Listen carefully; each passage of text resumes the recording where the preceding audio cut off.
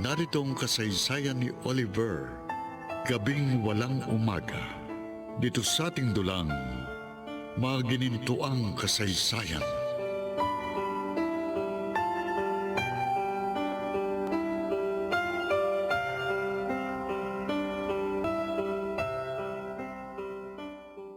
Hindi mo ba nagustuhan ng gift ko, Roselia? Ang totoo, maganda. Maganda ang bracelet, Limuel, pero hindi ka na sana gumastos pa ng ganito kamahal. Masaya ako na ibigay yan sa'yo. Kaya lang nakukonsensya ako. Gumagastos ka, hindi naman tayo. Ayoko ng ganun. Roselia, bahagi ito ng panliligaw at paghihintay ko sa'yo. Limuel, ayokong paasahin ka. Kaya siguro mas mabuti kung ibaling mo na lang sa ibang damdamin mo. Roselia, I'm sorry. Huwag ka sanang magalit sa akin. Sana ituring mo pa rin akong kaibigan.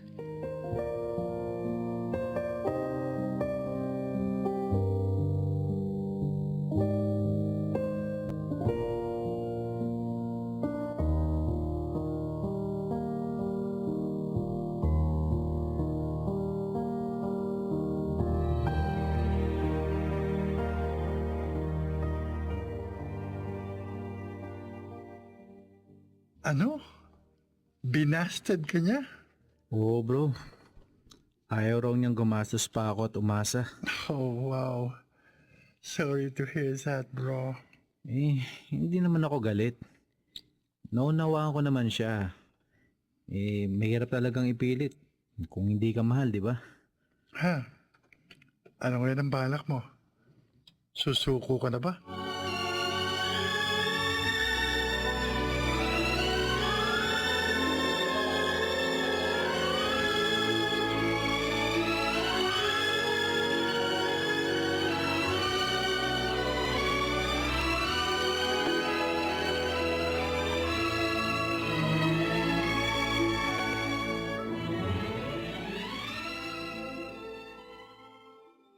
Sagutin mo ako, Geraldine. Ako ba? O ang pangarap mo? Leandro, huwag mo naman akong pamiliin. Nahihirapan ako. Kung talagang mahal mo ako, akong pipiliin mo. At hindi ka mahihirapan. Leandro, Ngayon, anong sagot mo? I'm sorry. Oh, Geraldine, Hindi ko pwedeng iwan ang pangako. Malapit ako magtagumpay. hindi ko akalain na madilang pala yung talikuran ng relasyon. Sayang lang ang panahon at pagmamahal na inukol ko sa iyo. I'm sorry. Sana, unawain mo ako. Unawain? Matagal kitang inunawa, Geraldine. Pero ako, kahit minsan hindi mo inunawa. Ang hirap mong mahalin!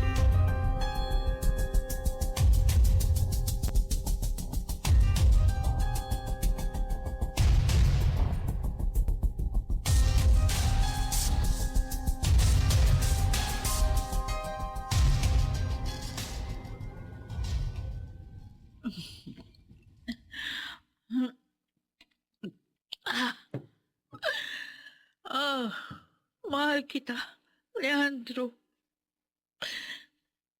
Pero masyado ka nagmamadali. May dapat pa akong tapusin.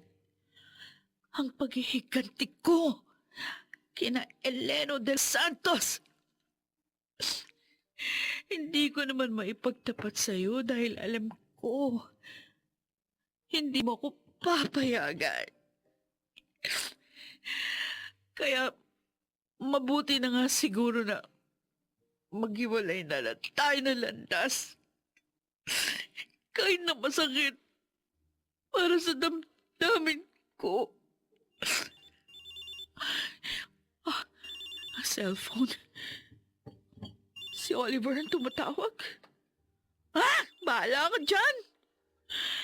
Ayoko makausap ka. Kasalanan niyo. Kung bakit nawala sa akin ang lalaking mahal ko. Kasalanan niyo!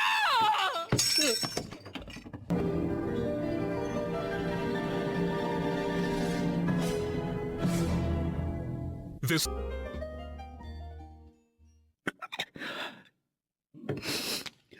Bakit, Geraldine? Bakit mo ako'y pinagpalit sa pangarap mo? Hindi ba ako sapat sa'yo? Ginagawa ko naman ang lahat. Binibigay ko ang lahat sa'yo. Pero bakit hindi ako ang pinili mo? Bakit? Napakasakit nito, Geraldine! Napakasakit! Minahal mo ba ako ng totoo? Minahal mo ba ako?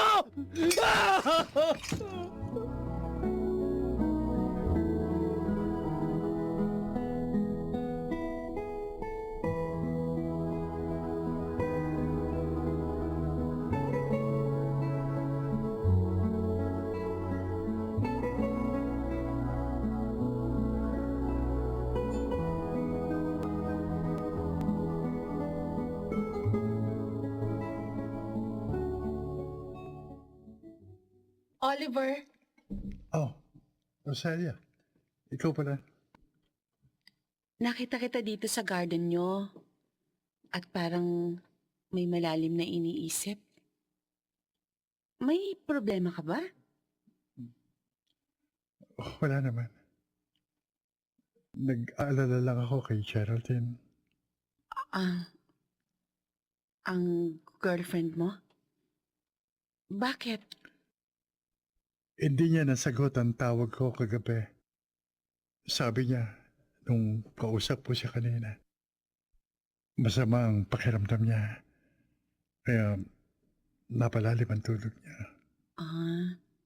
Yun naman pala eh. Bakit nag-aalala ka pa? Ayoko nagkakasakit siya. Nahihirapan ako. Mahal mo talaga siya, no? Oh, Rosalia. Ang swerte niya. Maswerte din naman ako. Dahil alam ko, mahal na mahal din niya ako. Di bigyan mo muna siya ng time para makapagpahinga. Bukas mo na lang siya tawagan uli. Baka okay na siya bukas. Siguro nga, yun ang dapat kong gawin. Pero, padadalahan ko siya ng flowers ngayon. Oh, thank you sa payo mo, Rosalia.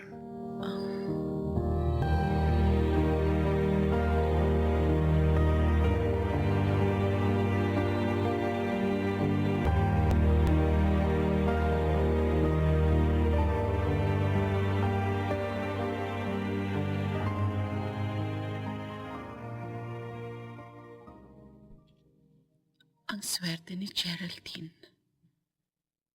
Alalang-alala sa kanya si Oliver. Habang ako naman, lihim na nasasaktan. Dahil hindi niya ako pansin. At lalo pang nadadagdagan ng sakit. Ngayong narinig ko mismo kay Oliver na mahal niya si Geraldine. Parang pinupunit ang puso ko.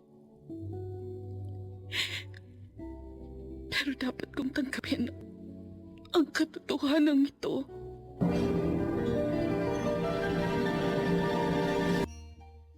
Naipadala ko na sa account mo ang bayad ko. O, natanggap mo na ba? Very good. At nakuha ko na rin ang ipinadala mong address niya. Oo, ako na ang bahala. Oo. Tatawagan kita uli, ha? Salamat. Sige, bye. Sir? Sir, handa na po yung bathroom. Ay, salamat, Tinay. Pakisabi mo nga kay Martina, ihanda ang sasakyan. Ay, aalis po kayo? Oo, tatapusin ko na ang kalokohan ni Geraldine.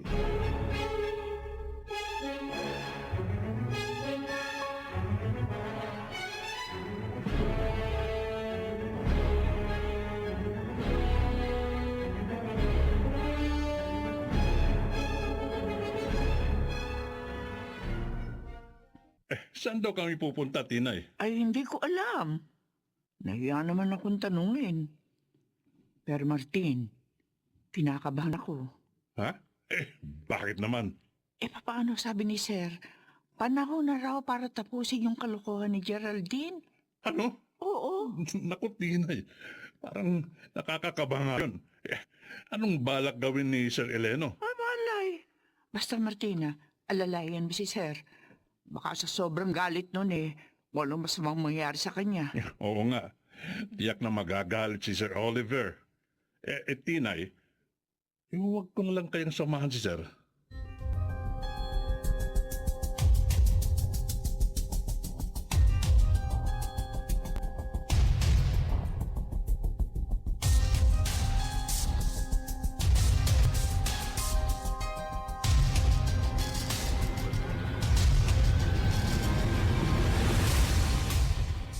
Handa ka na ba, Martin?